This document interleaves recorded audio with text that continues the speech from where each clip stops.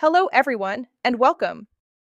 Today, we're securing your connection with Knarfs VPN.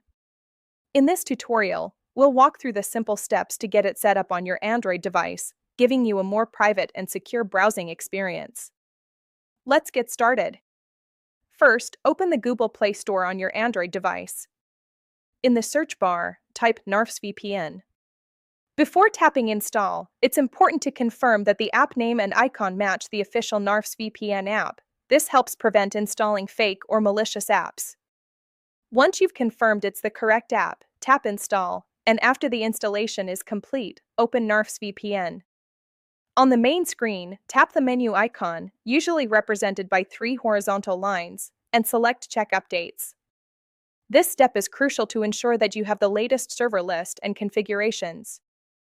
After the update has finished, choose a V2/V2Ray server from the available options.